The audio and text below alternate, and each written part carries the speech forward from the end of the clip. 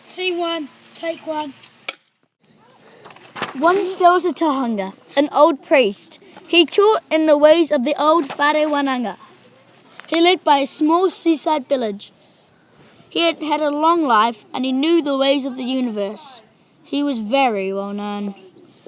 But not anymore, because people didn't come to his house or ask for guidance or medicals. The old ways were no longer seen in the future, and he was sad. And in the years that went past, the changes that happened in the community continued to progress. A new shop was opened, new roads were built, and a new school began construction. The Tohunga continued to practice in the old ways, where he had been taught and to lessen the dreams and guidance of his old ancestors. Sometimes the Tohunga came down to the small seaside village to get fish or to visit the new shop where he could buy the things he needed. He was always welcomed by the parents and the older people of the community, the people who knew him, but the children had no idea who he was. Some of the children laughed at the way the old man walked and mumbled to himself. They made up a game called Old Man Wari Wari and chased each other around. One morning, Tuddy, a young boy, was playing the Wari Wari game when they saw an old man buying bread. He walked up to Tuddy and greeted him with a hungy and some fruit. The children sat in silence. What was he doing? He was putting a spell on us. They looked at each other wide-eyed to see if anything had happened. He's just like a doctor. He knows knows the many different things like weather, like navigation or medicine. His job in the old days was to keep the community healthy. His powers were legendary. Do you think he'd be angry at us? I don't think so. He probably had other things on his mind. He could predict what the lotto numbers are. I don't think he's interested in money, and if I were you, I'd be a bit more respectful next time. The children quickly agreed. It was coming close to Masariki, where celebrations were huge, but not anymore.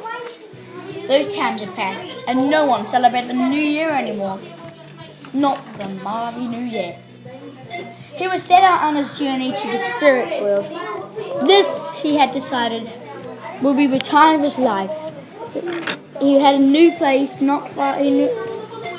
What are you talking about? Place far from a small house to a place he often visited. The place he went overlooked the village.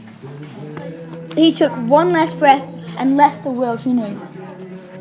Finally, the day of the opening arrived, which was also Matariki, so that was expected to rise too. The Tohunga was happy in the remaining days preparing for his journey. The Tohunga woke up from his dream.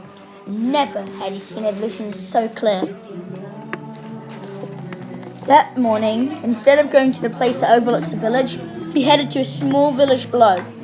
The Tohunga arrived at the school hall, where he found the ceremony was almost over, and he shouted, You people need to leave here quickly.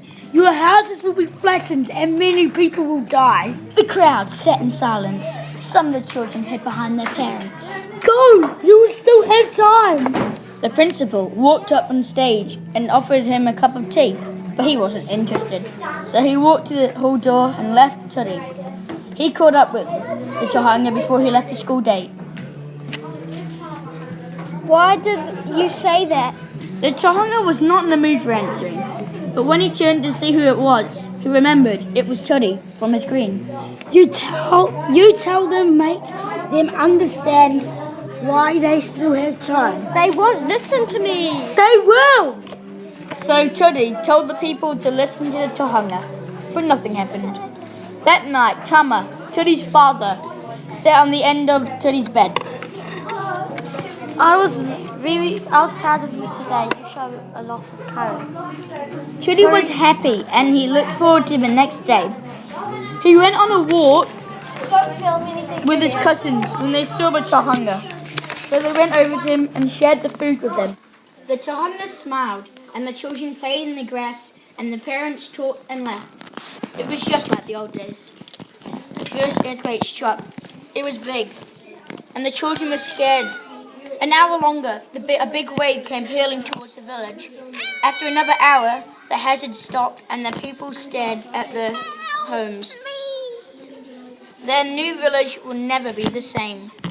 For until the next year, the village was being rebuilt, and after 2 years, the village honored and celebrated the old man's wisdom. He had a sense of happiness and accomplishment in heart. The end.